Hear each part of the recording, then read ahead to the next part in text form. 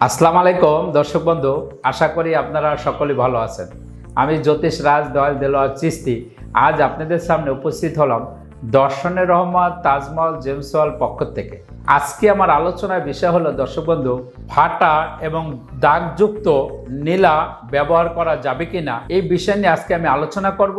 তা আমার ভিডিও সম্পূর্ণ দেখবেন, আমার সাথেই থাকবেন। ভিডিওটি মনোযোগ সহকারে শেষ পর্যন্ত দেখুন।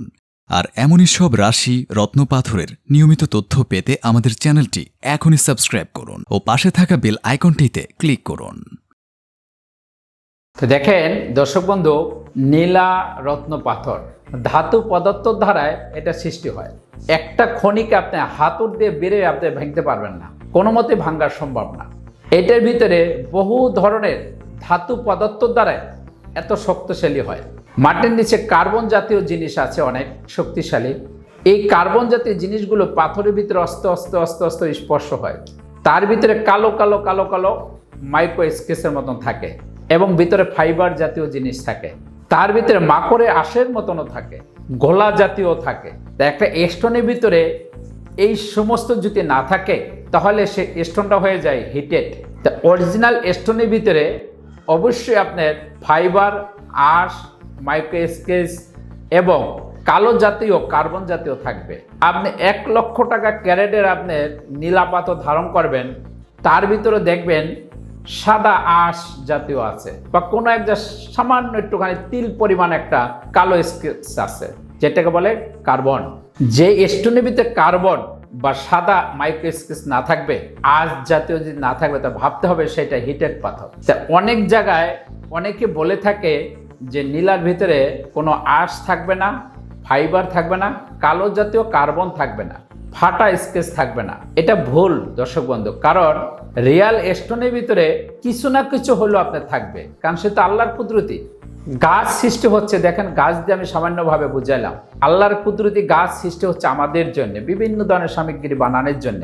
এই গাছ যখন ফালি করা হয় তার ভিতরে বিভিন্ন ধরনের ফাইবার এবং আঁশ আসে। অনেকটার ভিতরে একটু ক্লিয়ার আসে, অনেকটার ভিতরে বেশি আসে। আঁশ থাকবেই, ফাইবার থাকবে, খুদ থাকবে। গাছ কখনো ফ্রেশ হয় না, তা সেইভাবে পাথরও কখনো ফ্রেশ হয় না, কিছু না কিছু থাকবে। যখনই ভাইবে নেবেন যে কেউ বলছে আপনার পাথরের ভিতরে কোনো দাগ স্কেচ থাকবে না, তাহলে ভাবতে হবে সে হিটেড পাথর দিচ্ছে আপনাকে, সে অরিজিনালি ন্যাচারাল স্টোন দিচ্ছে না। ন্যাচারাল স্টোনের ভিতরে সেই ভিতরে সামান্য হলো আপনার আঁশ থাকবে। একটা খনির ভিতরে হাজার হাজার কোয়ালিটি বেরোচ্ছে। হ্যাঁ, কিছুটা মাল বেরো আসে 2-4 পিস বা 2-4 হাজার ভিতরে 200-400 পিস আপনি বের হয়ে আসতে আসতে ক্লিয়ার। সেই ক্লিয়ার স্টোনটার ভিতরেও আপনার সাদা স্কেচ থাকবে, কারণ ওই নীলাটা সবাই ধারণ করতে পারবে না, সবার সাধ্য নাই। একটা নীলা যদি 1 লক্ষ টাকা পার ক্যারেট হয়, সেই নীলাটা যদি আপনি 5 ক্যারেটের পরেন 5 লক্ষ টাকা লাগতেছে। 50,000 টাকা ক্যারেট হলে 5 ক্যারেটের নীলার দাম 2.5 লক্ষ টাকা আসতেছে। এখন আপনি সেই নীলাটা আপনি নিজে ব্যবহার করতে পারতেছেন।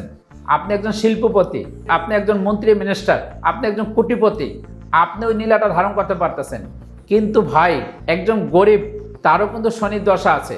এখন আপনি সেই খুদ ছাড়া নীলাটা ব্যবহার করতে পারতেছেন, কিন্তু মধ্যবিত্ত ব্যক্তি যে তার যে শনির অশুভ দৃষ্টিতে ভুগতেছে, তার জন্য কি ব্যবহার করতে হবে? কারণ ওই নীলাটাও সে ব্যবহার করতে পারবে, কারণ তার একটু দামটা কম, কারণ ওইটাকে কিছুটা ছাঁটাই করা হয়।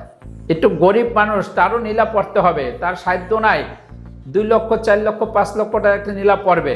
তার জন্য আল্লাহ পাকে ওই যে খুঁত আছে একটু সামান্য, ওইটাও তারে কাজ করবে। এই জন্য আল্লাহ ওইটার ভিতরে দিয়ে রাখছে একটু সামান্য কিছু হলো থাকে। কারণ যখন কাটিং করা হয় স্টোনটা, ওইটাকে ছাঁটাই করা হয়। অনেক জায়গায় ভাঙা টুটা বিভিন্ন জায়গায় আছে, ওইটাকে তারা কাটিং করে ছাঁটাই করতে করতে করতে করতে দেখা যাচ্ছে কোনো এক জায়গায় খুঁত একটু রয়ে গেছে। ওইটা কাটিং করতে গেলে ওই পিসটা সে বাঁচাইতে পারবে না, সেই পিসটা তৈরি করে রেডি করতে পারবে না। যার কারণে কিছু না কিছু থেকে যায়। আল্লাহর কুদরতি জিনিস, কোনো ক্ষতি নাই। তার ভিতরে দাগ থাকলে কোনো ক্ষতি নাই, আপনি ব্যবহার করতে পারবেন, কারণ সেটা আল্লাহর কুদরতি জিনিস, আল্লাহর প্রদত্ত জিনিস। দেখেন আপনি একজন মন্ত্রী মিনিস্টার আছেন, অনেক বড় কোটিপতি আছেন, আপনি বিদেশে চিকিৎসা করতে যাচ্ছেন, কিন্তু একজন মধ্যবিত্ত ব্যক্তি সে কিন্তু বিদেশে চিকিৎসা করতে যেতে পারছে না। একজন গরিব মানুষ সে কিন্তু বিদেশে যাওয়া সম্ভব না, কারণ তার জন্য আল্লাহ পাকে চিকিৎসা রাখছে। রেল লাইনেও থাকে মানুষ, সেখানেও তার চিকিৎসা আছে, আল্লাহ পাকে রাখছে, ওই উচিলায় সে ভালো হবে। চিকিৎসা এমন একটা জিনিস, আল্লাহর কুদরতি জিনিস, তাকে নিন্দা করা যাবে না, তাকেও ব্যবহার করা যাবে। খুঁত থাকুক, নো প্রবলেম, কিন্তু একজন বিশেষজ্ঞর মাধ্যমে আপনি পরামর্শ নিতে হবে যে এটা আপনি ব্যবহার করলে আপনি ক্ষতি হবে না আপনার উপকার আসবে। কখন ক্ষতি হবে? আপনি এই নীলাটা কিনেছেন, এই নীলাটা নিয়ে আপনি একজনের কর্মকারের কাছে যাচ্ছেন আংটি বানানোর জন্য। সেই কর্মকার যদি দক্ষতা না হয় আংটি বানানোর ভিতরে, তাহলে সেই কর্মকার দেখা যাচ্ছে আপনি আংটিটা কোনো এক জায়গায় বাড়ি লাগাচ্ছেন, সেখান থেকে ফেটে গেছে বা ভেঙে গেছে বা টুকরা হয়ে গেছে, সেই নীলা ব্যবহার করা যাবে না। সেটা পড়লে আপনার জন্য ক্ষতি হতে পারে 100%। তা আপনি নীলা পাথর ধারণ করতে হলে কখনো বিশেষজ্ঞ ছাড়া আপনি স্টোন ব্যবহার করলে আপনি ভালো চেতে ক্ষতি বেশি হতে পারে। কারণ আপনি তো জানা নাই যে আপনি কোন নীলাটা পরবেন, কতটুকু ওজন পরবেন, কোন কালারটা পরবেন। এটার ভিতরে কার্বন জাতীয় থাকলে বা হালকা সাদা স্কেচ থাকলে বা মাইক্রো স্কেচ থাকলে আপনার জন্য পড়লে আপনার ক্ষতি হবে না ভালো হবে। কারণ রত্ন বিশেষজ্ঞরা একমাত্র এটা ব্যবহার করার জন্যে, তারা বিশেষজ্ঞ শিখছে বিদায় তারা এটাকে আপনি পরামর্শ দিতে পারবে। সাধারণ মানুষের কাছে গেলে এটা পরামর্শ পাবেন না, কারণ তারা তো এটা নিয়ে গবেষণা করে নাই। তো গবেষণা যারা করছে তাদের কাছে যাবেন, অবশ্যই আপনি পরামর্শের সমাধান পাবেন। ব্যবহার করলে আপনি অবশ্যই 100% উপকার পাবেন। দর্শক বন্ধু, তো দর্শক বন্ধু, আজকে আমি সামান্য কিছু আলোচনা করলাম ফাটা বা দাগযুক্ত নীলা পাথর ধারণ করা যাবে কিনা এই বিষয় নিয়ে। পরবর্তীতে অন্য ভিডিও নিয়ে আপনাদের সামনে আসবো। সেই পর্যন্ত আপনারা সকলেই ভালো থাকেন, সুস্থ থাকেন, শুভ হোক আপনার ভাগ্য। তাহলে ভিউয়ার্স, কেমন লাগলো ভিডিওটি কমেন্টে জানাবেন।